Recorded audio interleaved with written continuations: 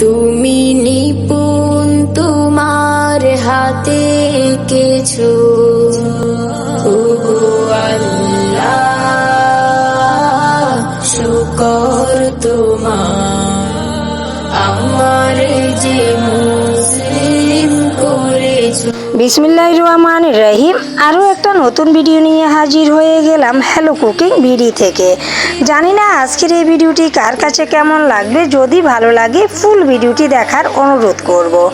আজকে শেয়ার করব নোনা ইলিশ কীভাবে চটচড়ি করে মজা করে গরম ভাতের সাথে খেতে পারেন।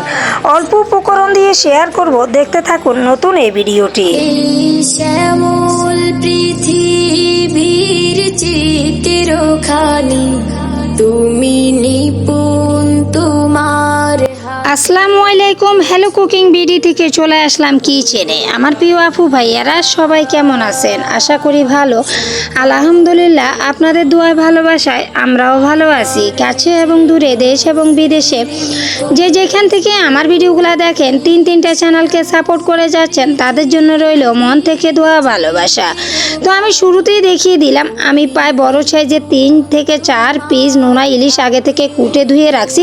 যেহেতু প্রচুর পরিমাণে লবণ থাকে এই নোনা ইলিশের মধ্যে, নোনতা ইলিশ বা নোনা ইলিশ যে যেটাভাবে চিনেন আর কি, তো এটা আগে থেকে ধুয়ে কুটে পানি দিয়ে বারবারই ধোয়া হয়েছে, কেননা লবণাক্ত বেশি লাগবে মনে করে। তো এটা কিন্তু ঘরে দেওয়া না, এটা বাজার থেকে কিনে আনা। তারপরও কিন্তু প্রচণ্ড লবণ ছিল, খাওয়ার সময় আমি কিন্তু রান্না করতে অল্প একটু লবণ দিছি, আপনারা দেখতে থাকবেন। তো আমি কথা বলতে বলতে কড়াইতে সামান্য পরিমাণে তেল দিয়ে দিলাম, আর তেলের মধ্যে একটু পেঁয়াজ কুচি আর রসুনের পেস্ট, আস্ত 3-4টা কাঁচামরিচ, এগুলা কিন্তু একসাথে দিয়ে হালকাভাবে এগুলা তেলের মধ্যে ভাজি করব। যেহেতু আমি সবসময়ই বলি আমার রান্নাগুলাতে তেল পেঁয়াজ কম বলে সাদা মাটা রান্না আমি নিজেই বলি, আর আপনারাও বলবেন। তবে ভালো লাগলে দেখে যাবেন, খারাপ লাগলে ইগনোর করে যাবেন, এর চেয়ে আর বেশি কিছু বলার নেই। তবে এতক্ষণ যারা আমার সাথে দেখছেন, একটা লাইক দিতে ভুলে গেছেন, প্লিজ একটা লাইক দিয়ে দেন। নতুন চ্যানেলে কিন্তু একটা লাইক ইউটিউবের কাছে ভালো একটা প্রাধান্য দেয়। তো আমি একটু টমেটো কুচিও দিয়ে দিলাম, আর টমেটো কুচিও কিন্তু একটু নেড়ে চেড়ে এইভাবে নিচ্ছি। এখন দিয়ে দিব বাকি মশলাগুলা, আর বাকি মশলা দিয়ে আমি কিন্তু আর কোনো ভাজি করব না, আমি বাকি মশলাগুলা দিয়ে দিব।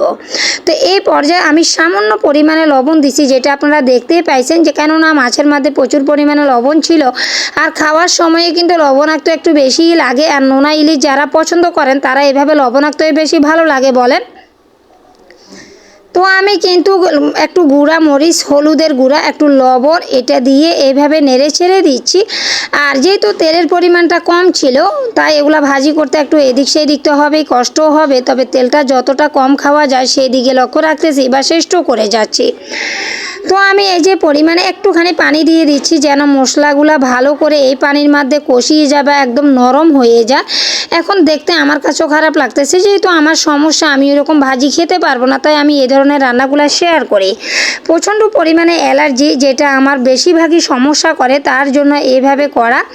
তো এই তো কথা বলতে বলতে মশলাগুলা কিন্তু একদম ভালো করে কষিয়ে নিচ্ছি। এই পানিটার মধ্যে এগুলাকে ভালো করে সিদ্ধ করে নিচ্ছি। আর সিদ্ধ হওয়ার পরে আমি এই যে নোনা ইলিশগুলা কিন্তু বারবারই ধুয়ে এভাবে পানির মধ্যে আবারও ভিজিয়ে রাখছি, আর এখন এক এক করে দিয়ে দিচ্ছি। এখানে কিন্তু নোনা ইলিশের প্রায় বড় সাইজের 3 পিস, ছোটো সাইজের 1 পিস, 4 পিস এইভাবে আমি মশলার মধ্যে দিয়ে দিলাম। আর এগুলা নেড়ে ছেড়ে এখন কোনো পানি দিব না, এগুলাকে একটু সিদ্ধ করে নিব ভালো করে। এইভাবে রান্না করতে পেরে আমার কাছে তো এতটা ভালো লাগা, কম তেল কম মশলায়। তবে আপনাদের কাছে কেমন লাগবে জানি না। যাদের খারাপ লাগবে আবারও বলবো তারা ইগনোর করে যাবেন, খারাপ কোনো মন্তব্য করবেন না, কেননা আমাদের মতো ছোট ছোট ইউটিউবাররা একটা কমেন্টের কারণে হারিয়ে যায় ইউটিউব থেকে। এরকম পরিচিত অনেক অনেক আপুরা, তো সেটা শেয়ার করি আমার লাইফস্টাইল চ্যানেলে, ব্লগার নাসরিন সুমি এই চ্যানেলে। আশা করি আপনারা ভালোটা তুলে ধরবেন, খারাপটা ইগনোর করে যাবেন। প্রত্যেকটা মানুষ যে ভালো হতে শুরু করবে সেটা তো না। কথা বলতে বলতে আমি কিন্তু ওই ঝোলটার মধ্যে মাছগুলা ভালো করে কষিয়ে নিছি। এখন পরিমাণে আমি একটু পানি দিয়ে দিব, আর এই পানিটা একদম বেশি পরিমাণে দিব না, যেহেতু এটাও চচ্চড়ি করতেছি। আর এই নোনা ইলিশের চচ্চড়ি শুধু না, একটু লতি বা অন্য কিছু দিয়ে রান্না করলেও ভালো লাগে। তবে একবার একরকম খেতে ভালো লাগে। কালকে যেটা করলাম সেটা লতি দিয়ে, সেটা আসলে আর শেয়ার করা হয় না। আজকে যেহেতু শুধু টমেটো পেঁয়াজ দিয়ে একটু চচ্চড়ি করতেছি, ঠিক সেটাই তুলে ধরলাম। পরিমাণ মতো একটুখানি পানি দিয়ে দিলাম আর পানির মধ্যে ভালো করে এটা রান্না করে নিচ্ছি। এই রান্নাটাই আমার ঝোল থাকবে, ঝোল একটু রাখবো না, একদমই এটা শুকিয়ে নিব। যেহেতু নুনটা ইলিশ বা এইভাবে রান্না করে, তবে আমার চেয়ে যারা ভালো পারেন তারা শেয়ার করে যাবেন, ভালো লাগলে হয়তো শেখার কোনো বয়স নাই, শিখতেও পারি। এই পর্যায়ে পানিগুলো একদম শুকিয়ে ঝোলগুলো শুকিয়ে যাচ্ছে আর আমি উপর থেকে একটু ধনিয়া কুচি দিয়ে দিলাম। ধনিয়া কুচি দেওয়াতে এই চচ্চড়িটা দ্বিগুণ একটা ফ্লেভার পাওয়া যায়, ভালো লাগে। তো আমার ভালো লাগার থেকে তো আমি শেয়ার করলাম, আপনাদের কতটুকু ভালো হতো খারাপ হতো লাগে সেটা আমাদের সাথে শেয়ার করে যাবেন। এই পর্যায়ে একটা কমন বিষয়, আমার প্রতিটি রান্নার মধ্যে আমি কিন্তু লেবু পাতা ইউজ করি আর লেবুর ফ্লেভারটা আমার খুব বেশি ভালো লাগে।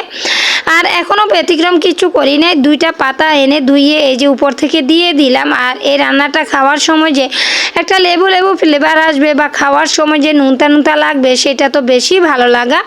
তবে আমার ভালো লাগার থেকে আমি লেবু পাতা দিলাম আর ধনিয়া কুচি দিলাম। আপনাদের খারাপ লাগলে আপনারা ইগনোর করে যাবেন, তবে প্লিজ খারাপ কোনো মন্তব্য করবেন না। ছোট আমরা ইউটিউবাররা যখন ভালো একটা কমেন্ট পাই তখন আগ্রহী হই পরের দিনের একটা ভিডিও দিতে। তো ঠিক আছে, সবাই ভালো থাকবেন, দোয়া করবেন। আল্লাহ হাফেজ, আসসালামু আলাইকুম। এই শ্যামল পৃথিবীর চিত্রখানি তুমি নিপুণ তোমার হাতে কিছু। ওগো আল্লাহ শুকর তোমার, আমার যে